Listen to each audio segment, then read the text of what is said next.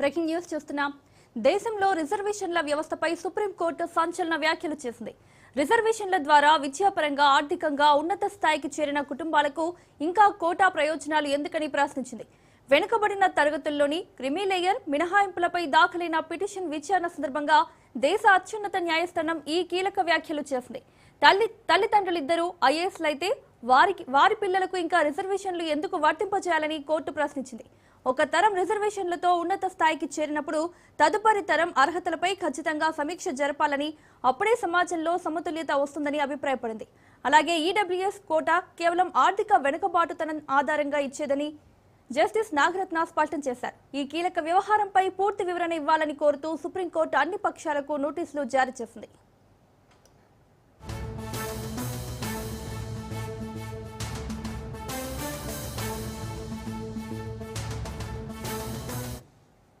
ఇదే అంశానికి సంబంధించి మరిన్ని అప్డేట్స్ మా ప్రతినిధి పవన్ అందిస్తారు. పవన్, దేశంలో రిజర్వేషన్ల వ్యవస్థపైన సుప్రీంకోర్టు సంచలన వ్యాఖ్యలు చేసినట్లుగా తెలుస్తోంది. డీటెయిల్స్ ఏంటి? అయితే దేశంలో రిజర్వేషన్ల పైన సుప్రీంకోర్టు సంచలన వ్యాఖ్యలు కూడా చేసింది. ఎందుకంటే ఇద్దరు ఐఏఎస్ సంబంధించిన ఆ పిల్లలకు అసలు ఈ యొక్క రిజర్వేషన్లు అవసరమా అని చెప్పి కూడా హైకోర్టు యొక్క వ్యాఖ్యలు కూడా చేసింది. ముఖ్యంగా చూస్తే మాత్రం తల్లిదండ్రులు ఐఏఎస్ అయ్యాక పిల్లలకు రిజర్వేషన్లు ఎందుకని కూడా ప్రశ్నించింది. ముఖ్యంగా చూస్తే ఐఏఎస్ పిల్లలకు రిజర్వేషన్లు దీనికి సంబంధించి అసలు దేనికని చెప్పి కూడా సుప్రీంకోర్టు నిలదీసింది. అయితే ఇందులో చూస్తే మాత్రం రిజర్వేషన్ నుంచి రిజర్వేషన్ల తరం మారాలి. ఎందుకంటే ఇది వెనుకబడిన వారికి సంబంధించి రిజర్వేషన్లు కొనసాగించాలి, కానీ ఉన్నత వారందరికీ కూడా ఎందుకు ఈ యొక్క రిజర్వేషన్ అనే దానిపైన కూడా దీనికి సంబంధించి ఈరోజు విచారణ కొనసాగిన నేపథ్యం కూడా చూస్తున్నాము.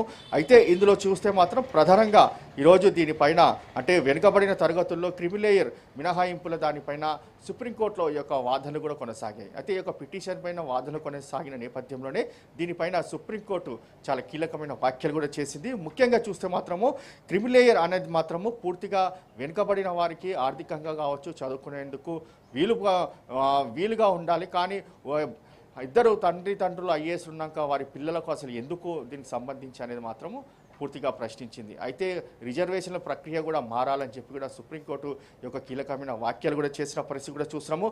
మొత్తానికి అలాగే ఈడబ్ల్యూఎస్ కోటాకు సంబంధించి కేవలం ఆర్థికంగా వెనుకబడిన ఆధారంగా చేసుకొని ఇచ్చేదని ఒక జస్టిస్ నాగరత్నం కూడా దీనికి సంబంధించి ఆమె తెలిపింది. అయితే మొత్తానికి చూస్తే సుప్రీంకోర్టులో ఈ యొక్క రిజర్వేషన్ల పైన మాత్రం చాలా కీలకమైన వ్యాఖ్యలు కూడా చేసింది సుప్రీంకోర్టు. అయితే ఇప్పటికైనా దీనికి సంబంధించి రిజర్వేషన్లు క్రిమిలేయర్ సంబంధించి ఆ యొక్క ఎవరైతే వెనుకబడి తరగతుల వారు ఉంటారో వారికి చదువు కావచ్చు ఆర్థికంగా కావచ్చు ఇది పూర్తిగా వారికే దక్కాలనేది మాత్రం సుప్రీంకోర్టు దీనికి సంబంధించి సంచలన వ్యాఖ్యలు కూడా చేసింది.